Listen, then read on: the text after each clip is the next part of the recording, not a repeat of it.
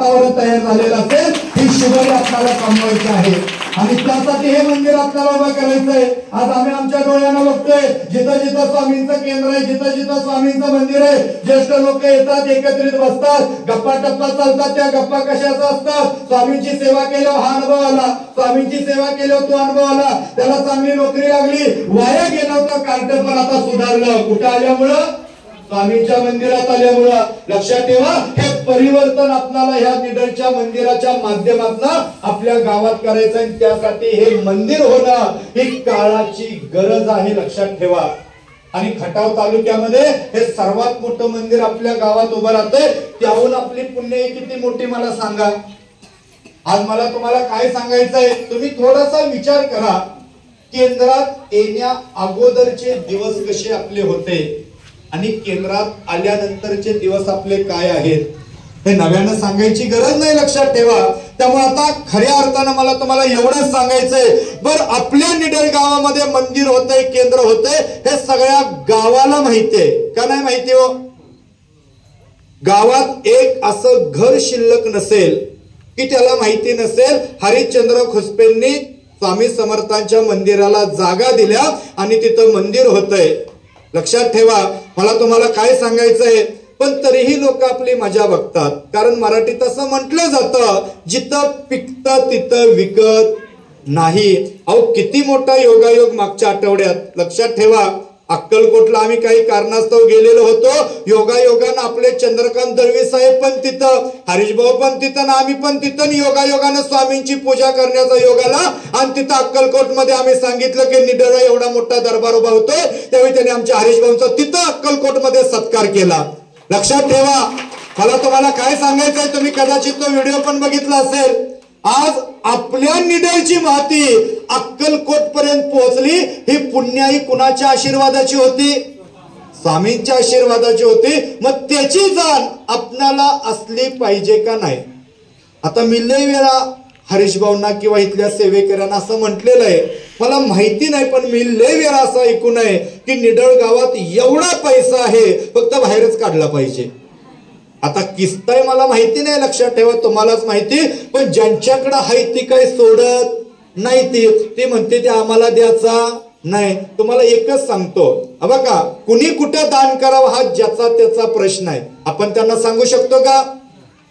पण त्यांना एक मात्र सांगू शकतो, हरकत नाही बाबा, तुझ्याकडे लय गाडी बंगला जमीन जुमला प्रॉपर्टी कुठल्या कुठल्या गावात आहे, कुठल्या कुठल्या शहरात आहे, कुठल्या कुठल्या बँकेत ठेवले आम्हाला काय माहित नाही, पण तुझ्याकडे लय आहे, पण याचा उपयोग काय?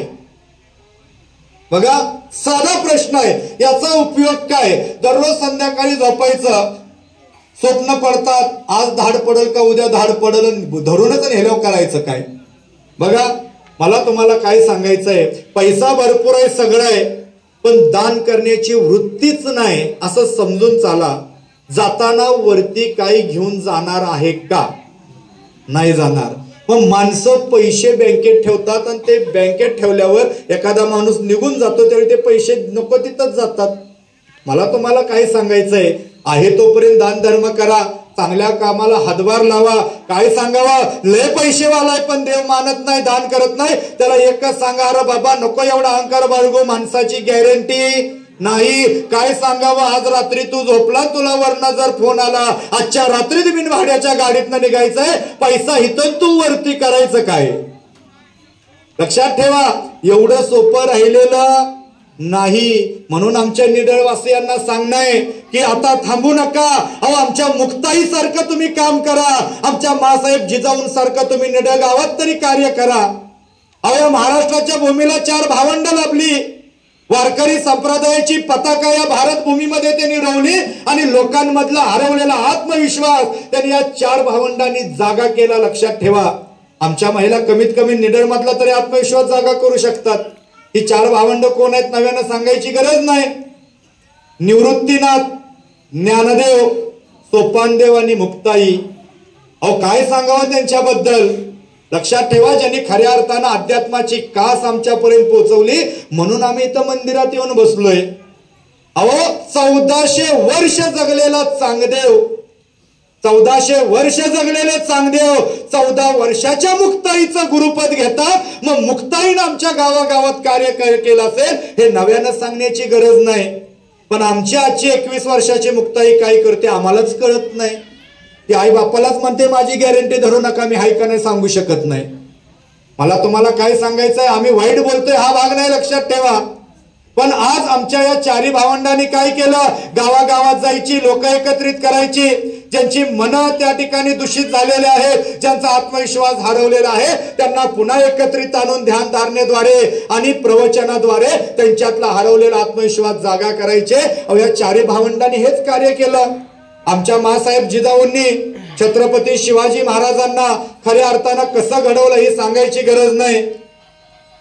काल एक खूप छान एका लहान मुलाचा व्हिडिओ बघितला. बघा, त्या लहान मुलाला कळतंय, वय वर्ष 8-10 असेल, लक्षात ठेवा काय सांगतोय तो मुलगा. आणि इतिहासामध्ये हे दिलेलंच आहे. अहो, ज्यावेळी आमच्या राजमाता जिजाऊ गरोदर होत्या, 7वा महिना त्यांना लागलेला होता, त्यावेळी त्यांना महिला विचारतात, मासाहेब तुम्हाला कशाचे डोहाळे लागले? त्यावेळी आमच्या मासाहेब त्यांना सांगतात, मला डोहाळे एकच लागले, घोड्यावर बसून तलवार चालवायचे मला डोहाळे लागले, म्हणून छत्रपती शिवाजी महाराज घडले. आजच्या आमच्या जिजाऊला विचारा बरं तुम्हाला कशाचे डोहाळे लागलेत? आमची जिजाऊ म्हणते मला पिक्चर बघायचे डोहाळे लागलेत. काही जिजाऊ म्हणतील आम्हाला रानातली माती खायचे डोहाळे लागलेत. पण अहो, जर तुम्हाला असं विचारलं, समजून चाला, आत्ता निडर मधल्या महिलांना कशाची आस लागलेले, आमच्या महिलांनी उत्तर दिलं पाहिजे. आमची आस एकच, आमच्या निडर गावातलं मंदिर उभं राहिलं पाहिजे आणि त्यासाठी दान धर्म आमच्याकडनं स्वीकारला पाहिजे. अहो, यावेळी तुम्हाला या मनाचे डोहाळे लागतील. आणि आमच्या जर निडर मधल्या महिलांना